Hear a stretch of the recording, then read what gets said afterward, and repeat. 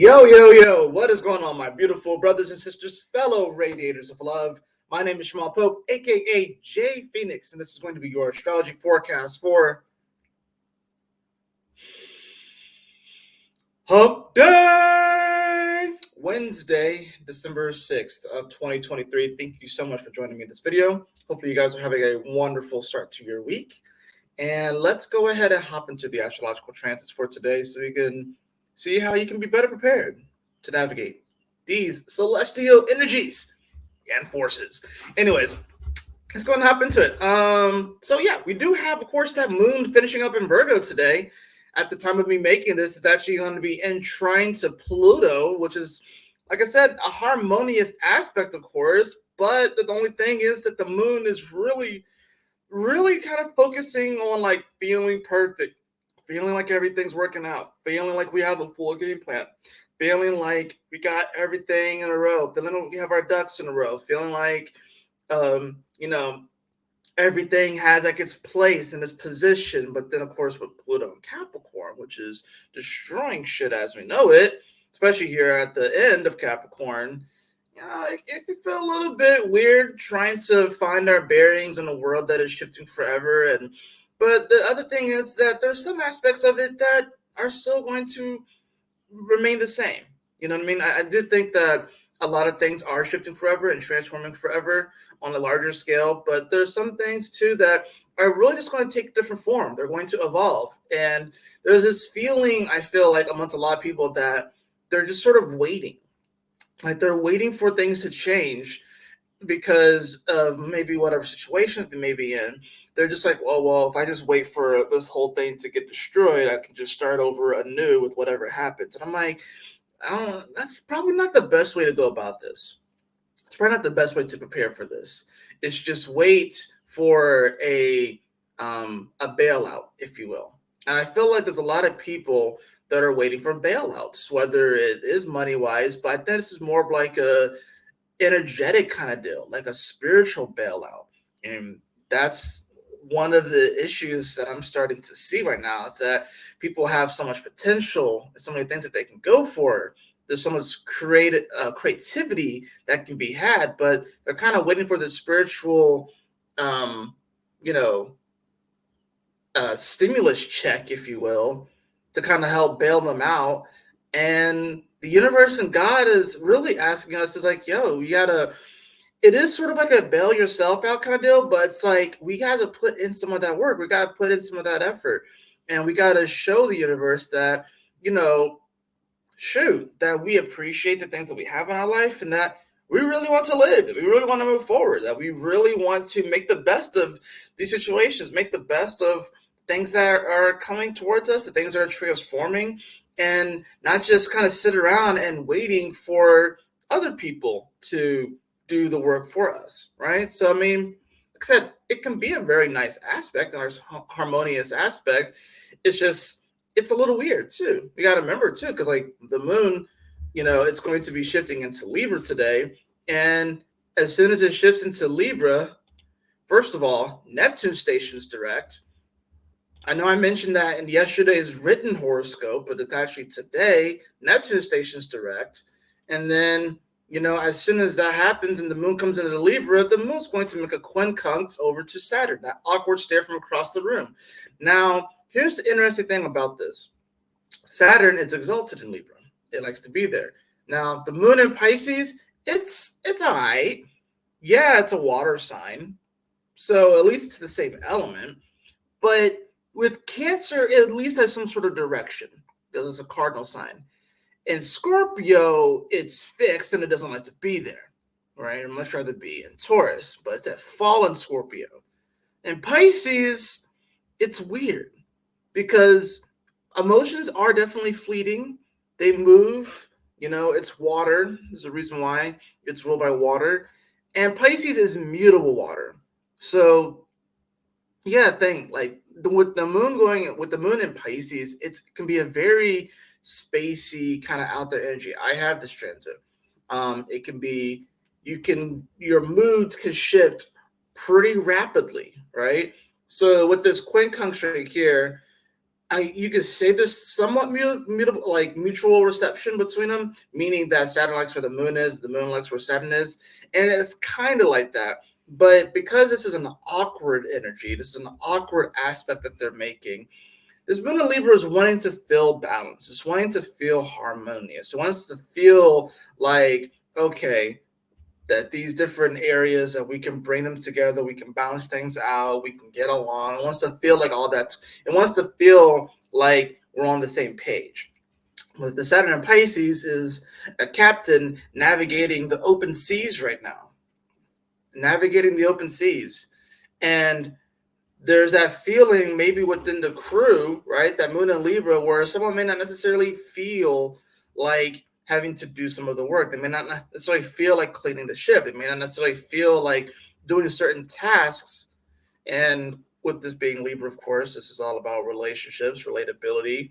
You have to ask yourself who's a part of your crew, and if you have certain tasks that they need to do, or if you have certain tasks that you need to do, are you willing to put in the work and the effort to do those things so you can achieve that common goal, right?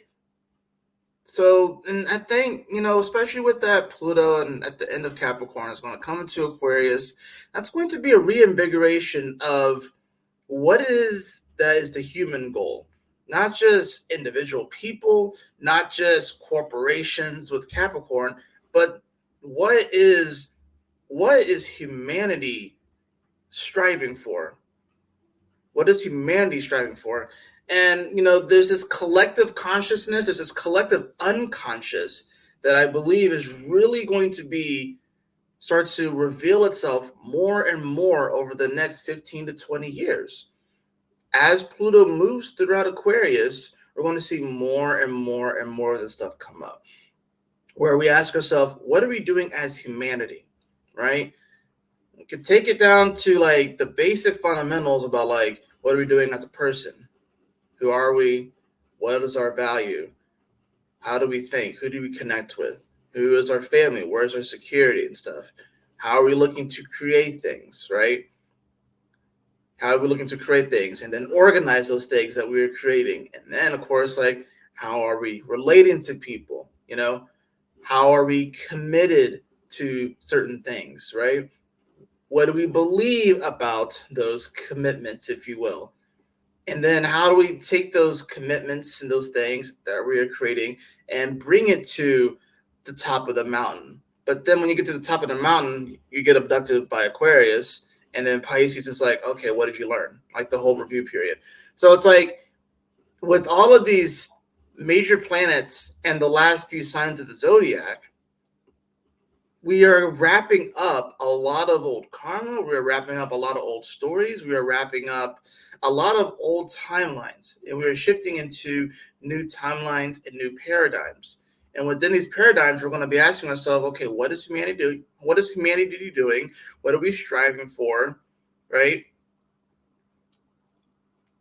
What are we wanting to implement for generations to come, right? So, and this, I feel like I'm just more channeling, but I just get the feeling, especially with the Neptune that's going direct today, that Act 2 is pretty much beginning, right? When or I guess you could say it's like Act 3. So actually, I'd have to even look more to see what exactly act we're on, because Neptune has retrograded multiple times in Pisces. But it's like this movie, this play has multiple acts, and we are about to enter one of the final acts, actually. Because if you were to just because I want to say that Neptune will retrograde back into Pisces. Well, it's going to retrograde right at 29 degrees of Pisces. And then, let's see. We're going to Aries. And then I want to say, retrograde is back into Pisces one more time in 2025. And then that will be it, right? That'll be it. Because when retrograde is in Aries, it's going to stop in Aries. So, we got we have this the second to last act with the whole Neptune being in Pisces thing, and this whole story, this whole narrative that we are telling ourselves.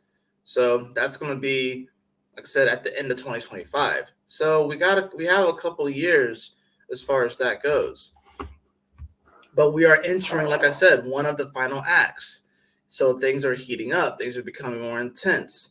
And of course, when you have a Mercury that is slowed down, it's moving less than a degree a day now, and it's about to retrograde here in Capricorn, and it's being disposited by this Saturn in Pisces.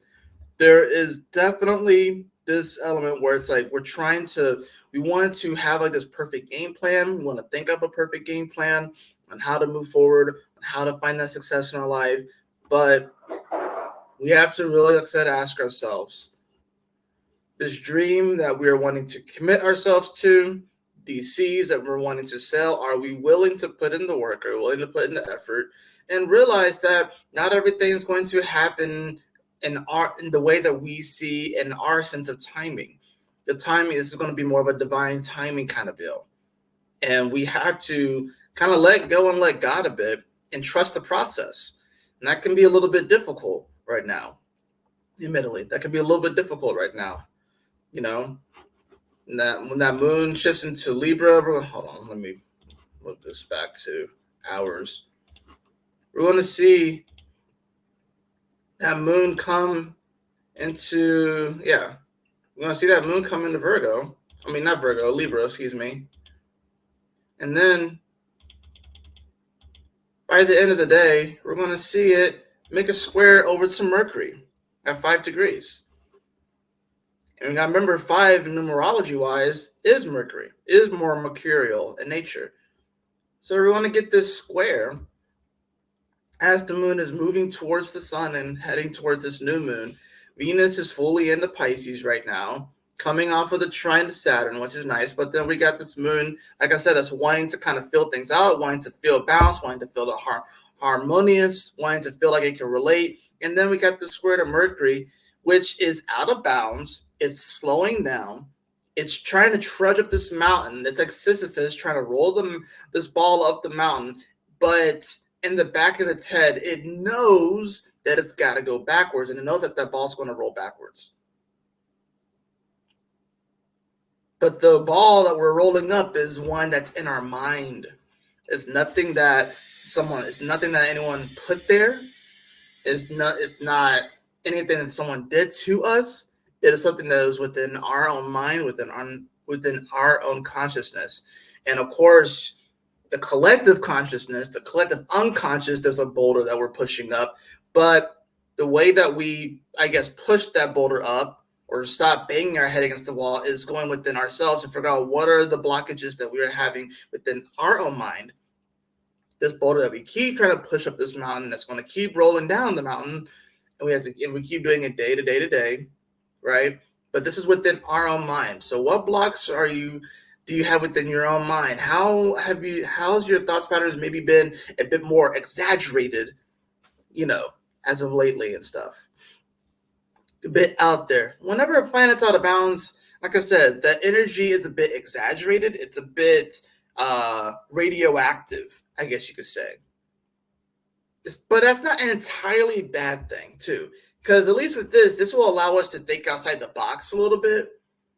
And since it is slowing down, this will give us a chance to kind of slow things down and kind of think things through and realize that, okay, well, I know it's a bit foggy. I know I can't really see the top of that staircase, but let me just, instead of just rushing up the freaking stairwell,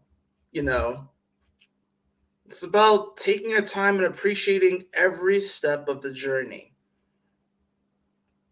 Every step of the journey. I feel like Mercury just wants to, like mentally, we just kind of want to rush through things, and we want to rush through, and we want to get through Capricorn and make that conjunction to Pluto, and then try to get to Aquarius land, right? Where we feel, like I said, it's going to be all kumbaya and rainbows and unicorns and stuff. But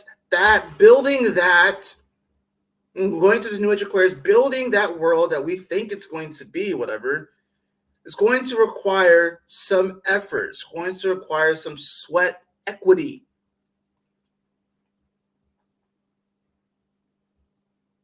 And if we really want to manifest this thing, we gotta get out there and put ourselves out there. Remember, this Mars and Sun is still in Sagittarius, which is wanting to bring some inspiration, some jovial energy, some positive energy, right? Now we gotta also remember that the Sun is getting ready to square Neptune in about a week and a half or so.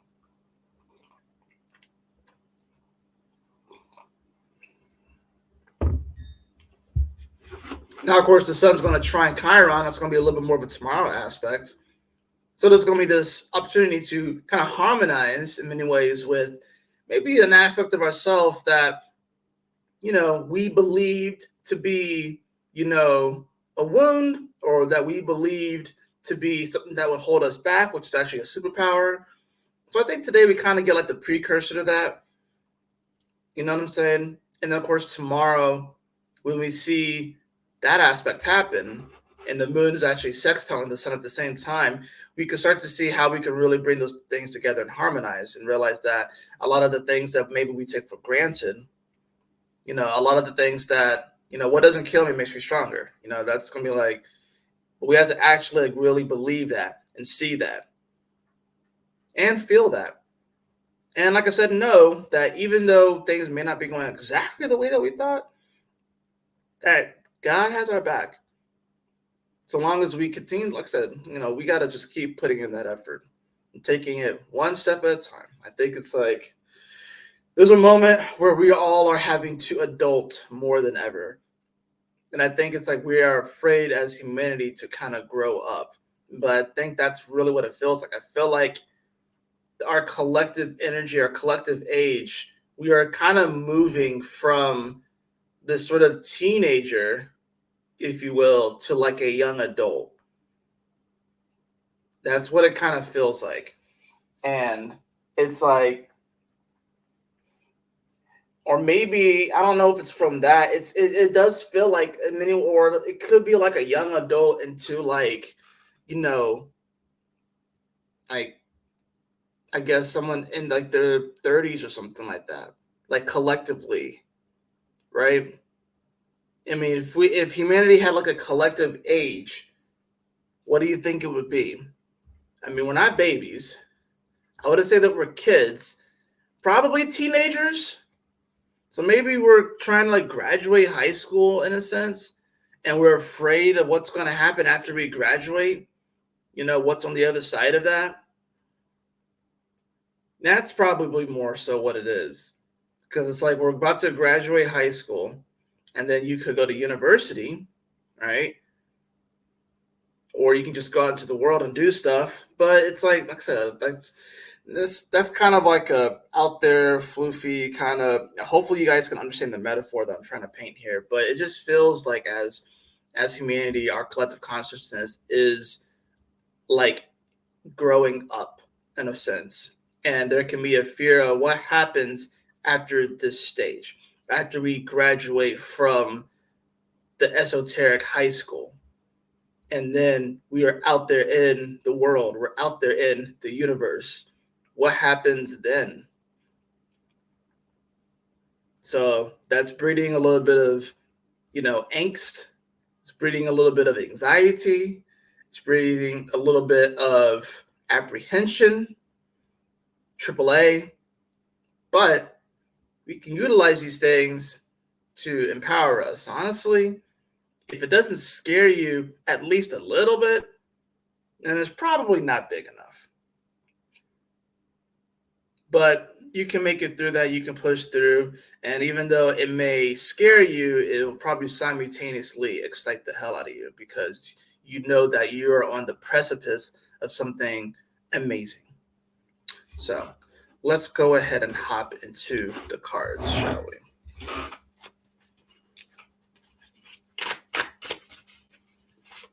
It's funny. I tried to make this video last night, but our lovely neighbors from above us were having a really loud argument / fight, to the point where we had to call the cops and stuff, or at least like the courtesy officer or something like that.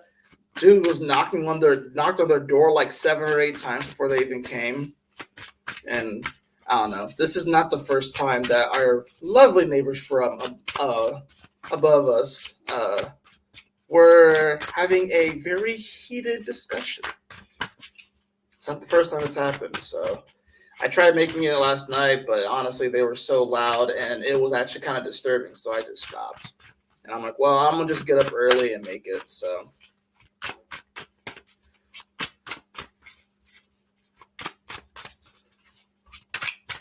And that's even kind of an interesting metaphor because we gotta remember that, like, as above, so below. So a lot of the things that are happening down here, a lot of the strife, a lot of the discord, a lot of the switching of alliances, all that stuff, it's happening up there as well. It's happening up there as well. So interesting. I get the Hangman and the Seven of Wands. These cards just kind of flew out, right? So there can be this need to kind of defend ourselves right now, but we are just kind of hanging there. We're kind of hanging by a moment, you know what I'm saying? And we, like I said, there's this element where maybe we have to fend for ourselves. We have to kind of defend the things that we have built in our life because we feel like people are going to be coming for our stuff and our things and our energy, right? And it's like this game of musical chairs, right? And there's like this, maybe we feel like there's just like these other people, these other energies that are just kind of hiding and just kind of waiting. All right, the moment that they slip up, I'm going to just come in and be opportunistic and grab that thing, right? But at least with the Seven of Wands, you can see them, right? If this was the Seven of Swords, it'd be a lot more, they would be a lot more covert about it, a lot more secretive about it. But at least with the Seven of Wands, it's like coming right for you. At least it's showing up right in your face today, right? Bottom of the deck, we do have the Hierophant. We do have the Hierophant. So, yep, there's definitely going to be this element where it's like, when it comes to, and it's interesting how this is playing out. With the Hierophant, this is like an authority figure, especially more from like a spiritual sense, not necessarily like a political one, but more for like a spiritual sense. So there could definitely be, I don't know, maybe just look into the news today. Maybe just keep your eyes open. Maybe we see some sort of spiritual leader come under attack today for something, or it could be a political leader as well. Maybe a political leader that is trying to invoke a little bit more spirituality into the way that they lead and stuff like that or whatever. But I think this is like one of those moments where we just like, yeah, we kind of feel like we're hanging by a thread. We kind of feel like we're having to defend our position, hold our position. And it can feel like a lot of things are trying to come from many different angles and trying to flank us and take us out from this side. And we have to kind of, go within and, find that wisdom within. It's something that's not necessarily going to come from outside of us. I think there are people that can obviously inspire us and motivate us, but ultimately we have to be the one to take that action. We can't just wait around for someone to pass down a law or a decree or something like that that we think is going to save our entire life and fix the entire situation. We have to be willing to kind of put in the work and be able to fend for ourselves. You know what I'm saying? So there's not going to be like some sort of thing that gets passed down that's going to solve all the problems right now. You have to be able to go within yourself and kind of lay down the law within yourself, if you will. So it's like, it's not going to be a president. It's not going to be a billionaire business leader that's going to solve all the world's problems. It's not going to be, whatever. You have to go within. It's like, okay, what can I do for myself and for me to raise my vibration and therefore the vibration of those people around me? But no one's going to do that for you. No one's going to do the spiritual work for you. So you have to become that spiritual authority within yourself and develop that connection with God within yourself. And then that's how you create the everlasting change that you're wanting to see. I'm going to cut the deck because I'm being drawn to do so. Now we got the Seven of Cups. So yeah, I think right now, it's just like there are so many possibilities though. What way do I go? There are so many possibilities. And you know what? think about it like this. You have 7 cups, and then there are these wands. I think really what it comes down to is that maybe you're trying to defend yourself from these other people are saying that, oh, you should try this cup, you should try this cup, you should try this cup. It's almost sort of like you are trying to focus and hone in on something. I think what's keeping us just kind of hanging there is that maybe we feel like we have so many options, so many different things that we can do. And instead of just focusing on one thing and leveraging it into another, we're trying to take all of these different cups and all these different advices and all these different things from other people. And it's like, oh, you already have that one thing that's really going to set you apart. You already have that one thing that's really going to make a huge difference in your personal life. So focus on that thing. And then as that thing grows and evolves, then you can leverage it into those other things, right? But you already have that one thing, maybe 2 things that you know is going to really change the course of your life forever if you really just hone in and focus. And, that's what it comes down to. So that is going to do it for your astrology forecast today. I hope that you all enjoyed it. If you did, please like, share, and subscribe. I definitely appreciate it. If you would like to have a personal reading with me, beloved, you can follow the link in the description below to my website, jphoenix.com. And as always, y'all take care, stay blessed, have a wonderful hump day, and I'll see y'all in the next astrology forecast. Peace.